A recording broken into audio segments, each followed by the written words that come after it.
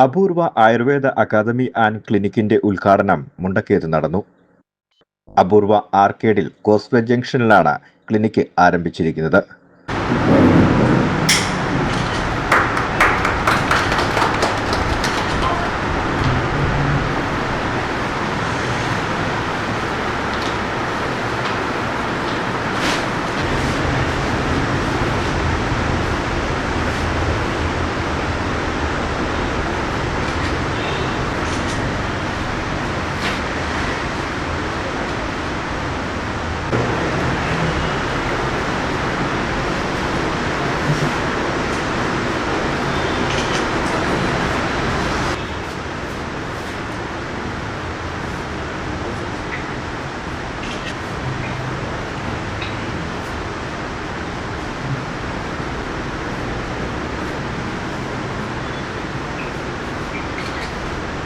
നമുക്ക് കേന്ദ്ര ഗവൺമെന്റിന്റെ കീഴിൽ ഉള്ളതാണ് എന്നാണ് അറിയാൻ കഴിഞ്ഞത്.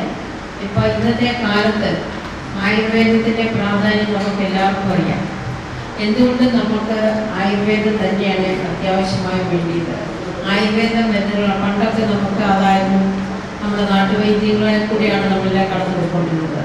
ഇപ്പോൾ മുക്കിന് കൊണ്ട് മുളയ്ക്കുന്ന പോലെ ആശുപത്രികൾ മുളച്ചുകൊണ്ടിരിക്കുന്നത് നമ്മൾ തന്നെയാണ് അതിൻ്റെ ഉത്തരവാദി എന്നാണ് ഞാൻ പറയുന്നത്. കാരണം ചെറിയൊരു അസുഖം വന്നാലും അപ്പുറേ ഓടി നമ്മൾ ആശുപത്രിയിലേക്ക് പോകും. അവരെ ഒരു മരുന്ന് തരും. ഡോക്ടേഴ്സെ നമുക്ക് കുറ്റം പറയാൻ പറ്റുന്നില്ല. ആ മരുന്ന് കഴിക്കുന്ന ക്ഷണത്തിൽ തന്നെ അസുഖം മാറണം എന്നുള്ള ആഗ്രഹമാണ് നമുക്കെല്ലാം. അപ്പം വീണ്ടും അതേ ഡോക്ടറെ സമീപിച്ച് പറയും എനിക്ക് ഒരു കുറവില്ല എന്ന് പറയുമ്പോൾ അവർ ഡോസ് കൂടി മരുന്ന് കൊടുക്കും. അങ്ങനെ ഡോസ് കൂടി മരുന്ന് കൊടുത്ത് ഇപ്പോൾ നമ്മളെല്ലാവരും വലിയ രോഗത്തിലേക്ക് പോയിക്കൊണ്ടിരിക്കുകയാണ്.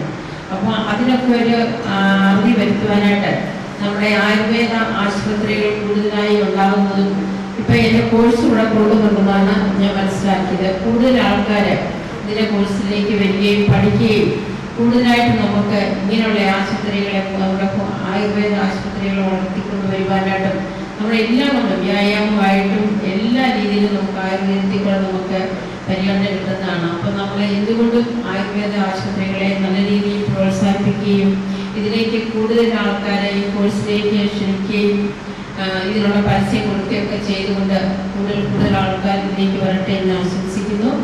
സൂസമ്മ മാത്യു, ശിവകുമാർ, താരാമോബി, father James Muthanad, doctor P Aniyan, Rasheed താന്നുമുട്ടിൽ, doctor Akhil എന്നിവർ പ്രസംഗിച്ചു. ആരോഗ്യമുള്ള നാളേക്ക് ആയുർവേദത്തിന്റെ കരുതൽ എന്ന ലക്ഷ്യത്തോടുകൂടി പരമ്പരാഗത ആയുർവേദ ചികിത്സകളാണ് ഇവിടെ ലഭിക്കുക. News bureau, Mundakayam.